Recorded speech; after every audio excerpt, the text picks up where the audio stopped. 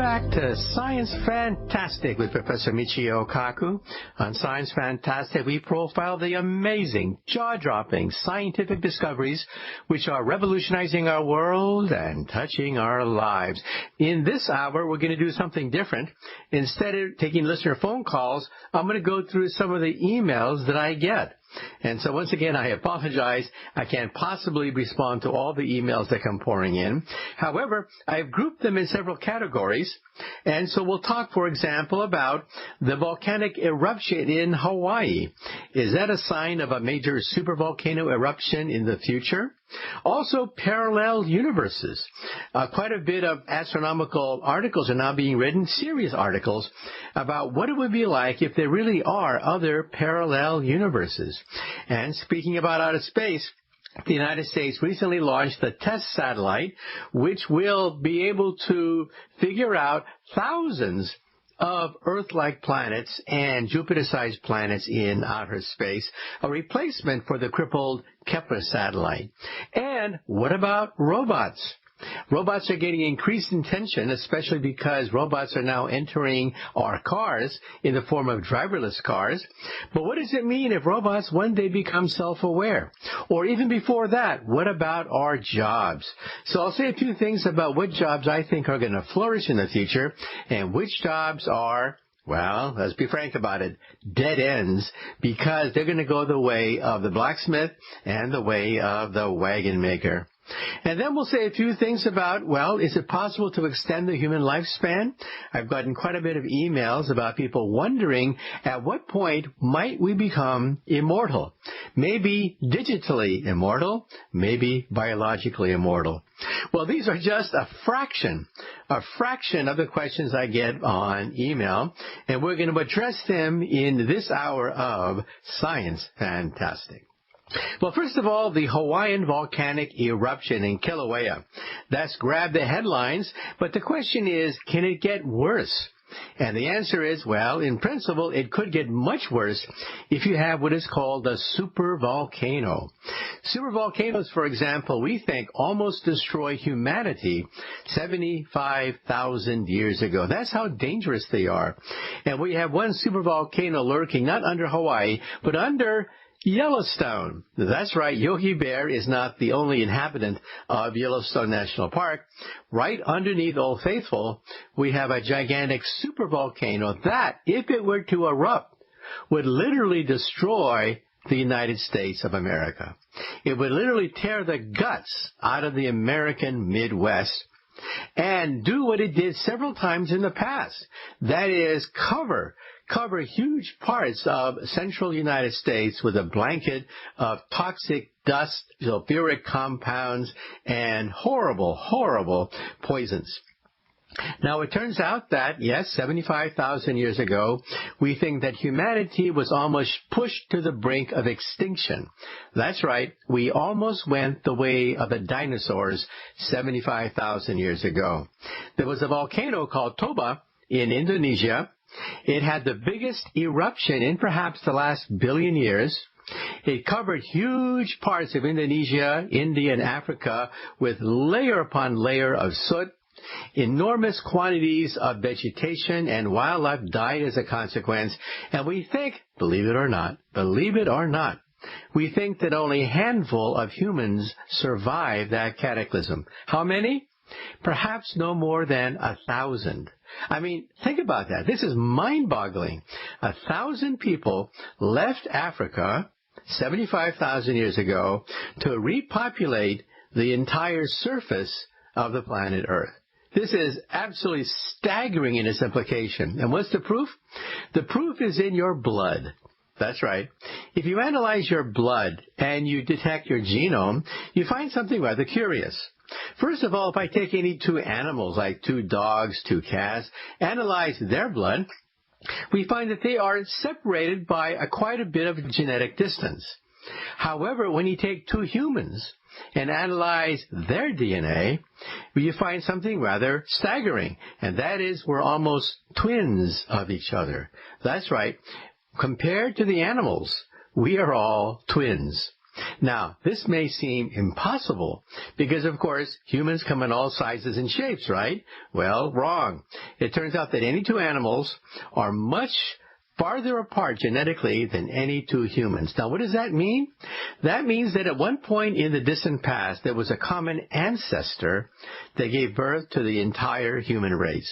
How many? Using mathematics and computers, you can actually calculate a few hundred to perhaps 1,000 individuals gave rise to the entire human race. This is amazing. This means that about 200,000 years ago, we had an ancestral Adam and Eve. Now, again, we're not talking about a single Adam or a single Eve, but a collection of them, a tribe that contained different Adams and Eves that then proliferated to give you all of humanity.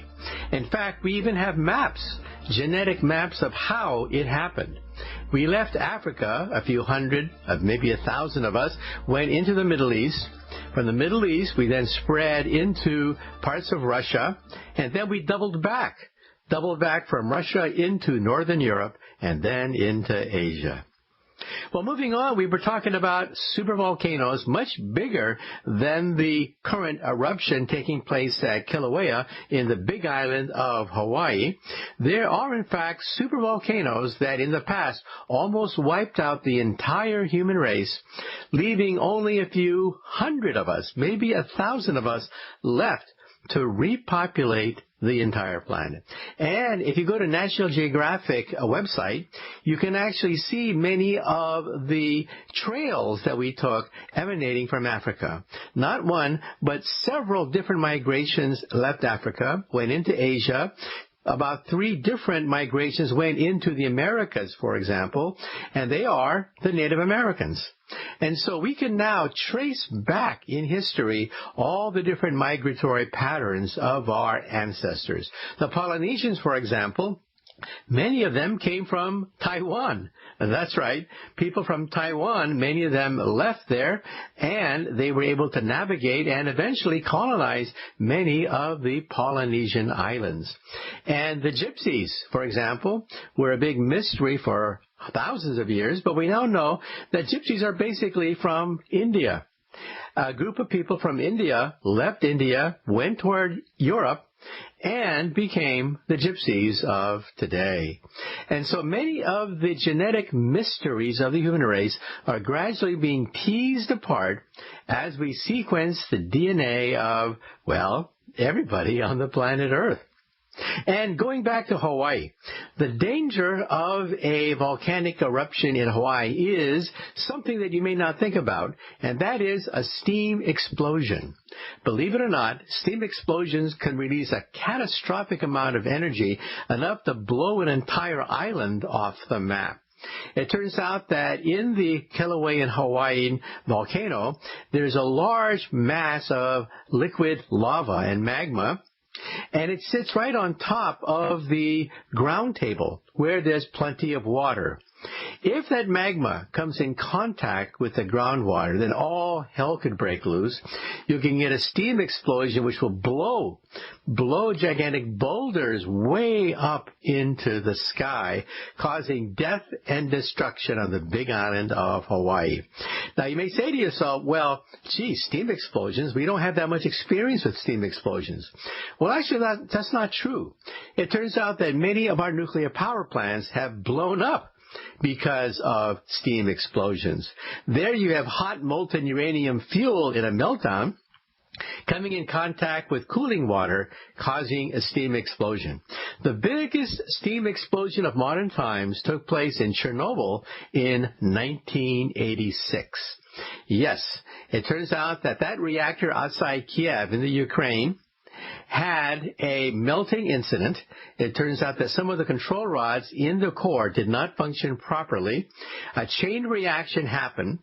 The reactor went supercritical, in some sense, a small atomic bomb. And as temperatures rose, it came in contact with cooling water. And when hot molten metal comes in contact with cold cooling water, you get a steam explosion. That steam explosion blew the lid right off Chernobyl, creating this gigantic meltdown and catastrophe that is still, even today, ranks as the #1 nuclear accident. And so steam explosions are nothing to laugh at. The Chernobyl accident of 1986 is an example of the enormous energy packed in a steam explosion. Now, we've actually had them in the United States as well, but they've been covered up. In 1961, in Idaho Falls, Idaho, the SL-1 nuclear power station was operated by the United States Navy. It was a military reactor, and it had one main central control rod. That central control rod controlled the chain reaction so that it would not go supercritical and it would not erupt into a small atomic bomb. Well, right after New Year's in 1961, for reasons we still do not understand, one of the workers apparently got drunk, we're not sure. He went on top of the reactor and he manually pulled out central control rod number 9. You're not supposed to do that. You're not supposed to remove the brakes of a speeding car, and you're not supposed to remove the central control rod of a nuclear power plant. Well, what happened after that was catastrophic. After removing the control rod, the chain reaction went supercritical, and in fact, it was a small atomic bomb. Water vaporized immediately upon hitting the molten metal and caused a steam explosion. The steam explosion blew the rod vertically up, impaling the operator right in the groin, and then pinned him on the ceiling of the reactor. Poor guy. He died impaled on the ceiling of a nuclear power plant as radiation spread throughout the reactor. Well, as you can imagine, all the alarms went off. When workers finally went there, they found that the radioactivity in the area was lethal. They couldn't get close to Mr. John Burns, who was impaled on the ceiling of the reactor with a control rod right through his groin, impaling him on the ceiling. Well, believe it or not, the military actually has motion pictures of the decommissioning operation. In order to get access to Mr. Burns and get access to the reactor, they had to cut the side of the reactor off using a saw, and then insert a crane horizontally, and then yank the central control rod, releasing Mr. Burns from the top of the reactor. Well, yes, sometimes people say that no one's ever died in a nuclear power accident. Well, that's not correct at all. Back in 1961, Mr. John Burns was impaled when a small atomic bomb went off right under his feet at the SL-1 nuclear power station outside Idaho Falls, Idaho. So the point I'm raising is steam explosions are extremely dangerous. And that's what could happen if the Kilauean volcano goes out of control. This has to be looked at very carefully over the next period of time. Well, moving on, another question I get in my emails concerns parallel universes. That's right, parallel universes have been getting quite a bit of play recently on TV and the media because, well, believe it or not, we physicists are taking it very seriously. Now, you may say to yourself, come on now, give me a break. I mean, physicists taking science fiction ideas and working out the physics of these things? I mean, what's the proof? Well, there are indirect and possibly direct ways to show, prove or disprove the existence of parallel universes. For example, the strongest argument for parallel universes is what's called the fine-tuning principle. Now, let me explain. When I was in second grade, something happened which really changed my attitude towards science. My second grade teacher, I still remember, walked in the room and one day announced that God so loved the earth that he put the earth just right from the sun.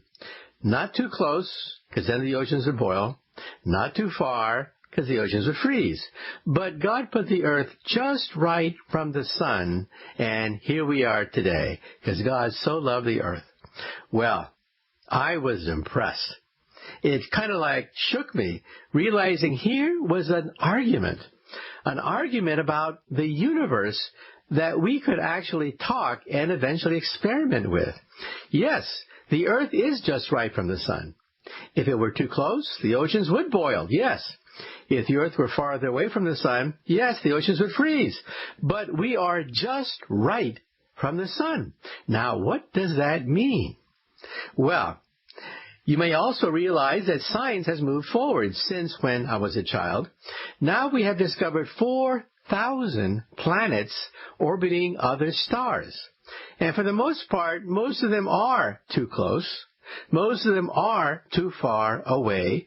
If they had oceans, they would either be steam or solid ice. So in other words, there's another way of looking at the question.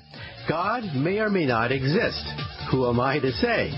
However, there is another explanation for the fact that we are just right from the sun. And that is, there are thousands of dead planets out there. Thousands of planets that simply do not have life on them.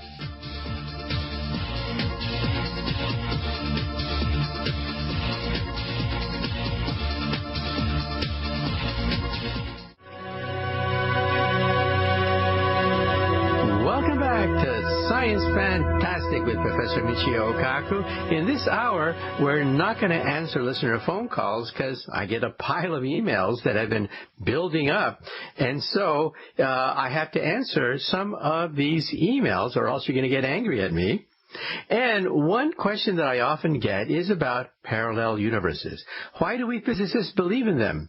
Well, first of all, as I mentioned, there's the statistical argument that our Earth does seem to be special, that we are just right from the sun, not too close, not too far. So either the Earth is just right from the sun by design, so someone designed the Earth to be just right, or there are a lot of dead Earths out there that it's a crapshoot, that randomly we happen to be on an Earth where this Earth is just right from the sun. Otherwise, we wouldn't be here to talk about it to begin with.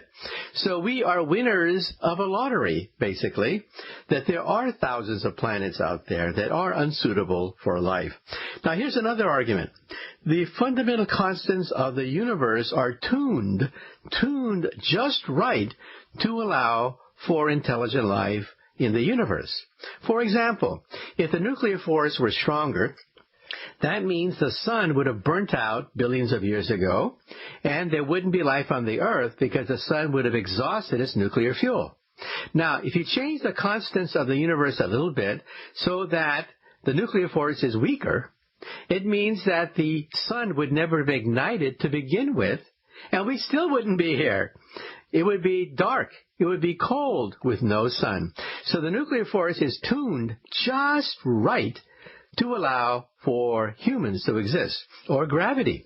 If gravity were a little bit stronger, then we would have had a big expansion, a big bang, and then a big crunch. The universe would have disappeared in a big crunch billions of years ago. If gravity were weaker, the universe would have exploded and just kept on going and never stopped, and we'd all be frozen right now. But here we are enjoying a universe with a sun that is just right to warm our bodies, and a universe that is just right so we don't freeze to death or we're not crushed by the big crunch. So in other words, the fundamental constants of the universe are also tuned just right. Now here's the killer now. Here's the killer. If the Earth we're a byproduct of an accident, so that's we are just right from the sun. Maybe our universe is also a byproduct of an accident, which makes possible life in this universe. In other words, there are probably billions of dead universes out there. Universes where there are no stars. Universes where the stars burnt out. Universes which had a big bang and a big crunch and have vanished into existence. Maybe there are billions of dead universes out there, and we're the only ones that have living beings in them, and we're here to talk about it. Otherwise, we wouldn't be here to talk about it to begin with. So these are the philosophical arguments for parallel universes. And then we have the physics arguments for parallel universes and the possibility of measuring them. You know, we can now measure gravity waves in outer space. The Nobel Prize last year was given to 3 astronomers, physicists, who were able to detect gravity waves emitting from colliding black holes in space. The next generation of gravity wave detectors could be satellites orbiting the sun and so sensitive that they can pick up gravity waves from the instant of creation itself. The shock wave. The shock wave of the Big Bang was so great that echoes from that shock wave are still with us today. This means that we may be able to pick up radiation from the instant of the Big Bang itself. That's amazing. This means we might even get baby pictures from the instant of creation, when the universe was only a trillionth of a second old. This is well within the realm of possibility now. And if we now run the videotape backwards,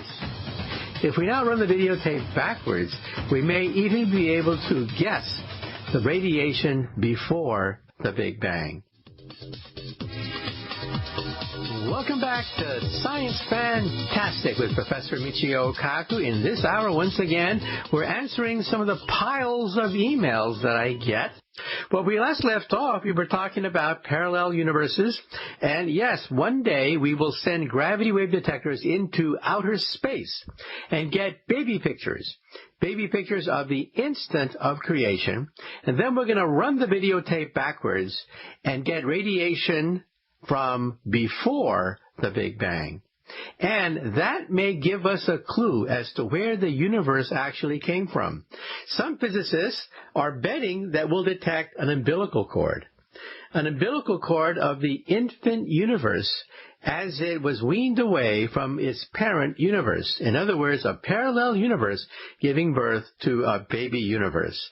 A baby universe, by the way, is a term that Stephen Hawking used to describe the fact that universes can literally give birth to baby universes. And maybe that's where it all came from. Well, moving on, I get a lot of emails about robots, especially people concerned about their jobs, and people concerned about, well, one day will the robots take over? First of all, let's say a few things about the job market. There's a lot of hysteria in the media about what robots can and cannot do, so let's be very clear about this. Robots at this point are basically adding machines. They add millions of times faster than us, giving us the illusion that they are thinking, but they're not creative. They're not spontaneous. They can't crack a joke. They can't write a novel. There are many things that robots cannot do. However, what robots can do is incredible. They can be search engines. They can go through mountains of data. They can do repetitive tasks over and over again. So you can now make a list of the jobs that will flourish and the jobs that will be destroyed by robots in the future. First of all, the big loser in all of this is people who do repetitive work. Anything that is repetitive and is worth automating will, in fact, be automated in the future. This means that factory work will gradually be phased out. This also means that search engine work will be phased out. For example, in a law firm, we have paralegals. Paralegals spend a lot of their time looking at previous court cases, precedents of the past. Well, that's what robots can do. Robots can be search engines, and they can be search engines much faster than humans. But lawyers will have jobs in the future, because who's going to argue to the jury? Who's going to argue to the judge? Only humans can argue with other humans. Humans understand social standards, social mores, the change of ethics as time goes by. Robots are clueless because robots are adding machines. Now, stockbrokers, you may think, will be the first ones to be automated because, well, you can buy stock on your wristwatch. In the future, you simply talk to your wristwatch and buy whatever stock you want. So why go to a stockbroker? Because you want something that robots cannot provide, and that's the key. That is intellectual capital. That means knowledge, experience, know-how, savvy, creativity, leadership, of which robots are clueless. So those are the jobs of the future, not the repetitive jobs, but two kinds of jobs will flourish in the future. First is intellectual jobs that involve thinking, like artwork, like acting, things that robots cannot do. Those jobs are going to flourish in the future. Also, jobs that involve semi-skilled work that's non-repetitive.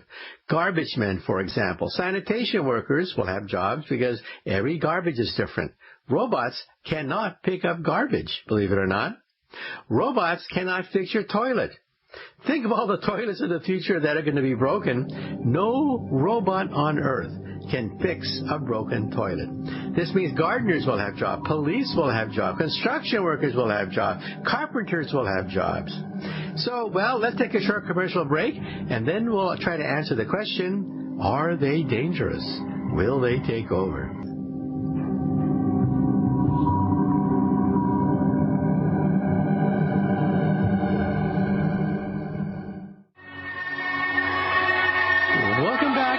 Science Fantastic with Professor Michio Kaku. Before the break, we were talking about what kinds of jobs will flourish and which kinds of jobs will be obliterated by the computer revolution. Basically, the jobs of the future will be jobs that robots cannot do. And jobs that robots cannot do fall in certain categories. First is interacting with humans. That's why lawyers will have jobs in the future, because that involves understanding the thinking process of people. Policemen will have jobs because that requires understanding the thinking process of criminals. And so jobs that involve close human interactions will survive in the future. Counselors, for example, mentors, professors are going to be more and more into mentoring rather than regurgitating things that you can see on a videotape. And jobs that involve common sense. Robots don't have common sense. They don't know, for example, that water is wet. Why can't water be dry? Well, robots don't know. They haven't seen or touched water, so they don't know. And jobs that involve pattern recognition. That's where, well, robots are getting smarter at this, but still they cannot recognize the human face at all angles. They can recognize the human face only at a certain angle, but if you rotate the human face, robots cannot understand or cannot identify who that person is. And so jobs that are semi-repetitive, semi-skilled will be flourishing in the future, like gardeners, like construction workers, like plumbers, carpenters. These jobs are non-repetitive. And the biggest category of winners is intellectual capitalists. That includes artists, novelists, comedians, actors, atomic physicists, things that involve thinking. Jobs that involve creative thinking are going to be the jobs of the future. So what do we do about it? Get educated. What you can do is get educated because computers are not going backwards. We're not going to go back to the Dark Ages. We have to get used to the fact that a higher level of education will be required. And then I get another set of questions. Are the robots dangerous? Well, we've all seen The Terminator with Arnold Schwarzenegger, but Hollywood makes money scaring the pants off us, independent of reality. They don't care about the reality of the situation. Robots today have the intelligence of a cockroach. If you take a cockroach and put a cockroach in a forest, the cockroach immediately finds food, mates, and shelter. Very good at that. If you take a robot and put a robot in the middle of a forest, what does it do? It gets lost. And so we have a long ways to go before the robots become self-aware. And that's the tipping point. Robots today do not know they are robots. They're adding machines. Adding machines do not know they're adding machines, even though they can add much faster than us. And the same thing with robots. However, it is only a matter of time before they do get self-awareness. At that point, which I suspect is perhaps late in this century, who knows for sure, but at that point, they could be dangerous. At that point, I think we should put a chip in their brain to shut them off if they have murderous thoughts. So, are they dangerous? Well, not for many a decade. However, it's good to think about it, because one day it could happen, and we certainly don't want to be caught with our pants down once the robots become intelligent. And also moving on, we have another set of questions about the human lifespan. You know, back in the days of the Roman Empire, people didn't live very long. You were lucky if your life expectancy was about 30 years of age during the Roman Empire. And when the Roman Empire fell apart, life expectancy dropped to about 25 or so. Now life expectancy is rising past 70, approaching 80, and we wonder how far can it go? Well, we don't know for sure, but we think genetics has a lot to do with it, because if I take an animal, I can find that they have programmed within it a different lifespan. Mice, for example, live on average of roughly 2 years, but the Greenland shark can live 500 years. Amazing. The longest lived vertebrate is the Greenland shark. And how do we know how old it can live? Well, we take the eyeball of the Greenland shark, and we find that the eyeball consists of many layers, like tree rings. And by counting tree rings and counting these layers, we can calculate the age of a tree, and we can also calculate the age of a Greenland shark. And yes, many of them are between 400 and 500 years of age. This is astounding. What it means is that genetically speaking, we might also be able to live hundreds of years, but how do you do it? Well, of course, no one knows, but we have some ideas. One is to reset the biological clock. I once interviewed Professor Hayflick, who discovered the Hayflick limit. He discovered that if you take skin cells and look at them under a microscope, they divide about 60 times, get old, senescence, and then die. In other words, there's a clock.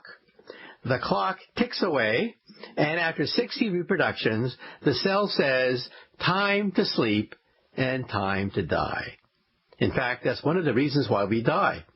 We are programmed to die in some sense, but if you hit it with an enzyme called telomerase, it lives forever. I mean, think about that for a moment. Your skin cells can be made immortal so that they will keep on dividing thousands of years into the future. Now, we can't do it, of course, but with telomerase, it is possible to immortalize a human skin cell. So what's the catch? The catch is that cancer cells also use telomerase to live forever. Now, why are cancer cells dangerous? Cancer cells are dangerous because they don't die. They live forever. They are immortal. They keep on dividing until they form a tumor, and that kills you. So one day, if we can reset the clock, who knows, we might be able to live forever. Well, unfortunately, that's it for Science Fantastic.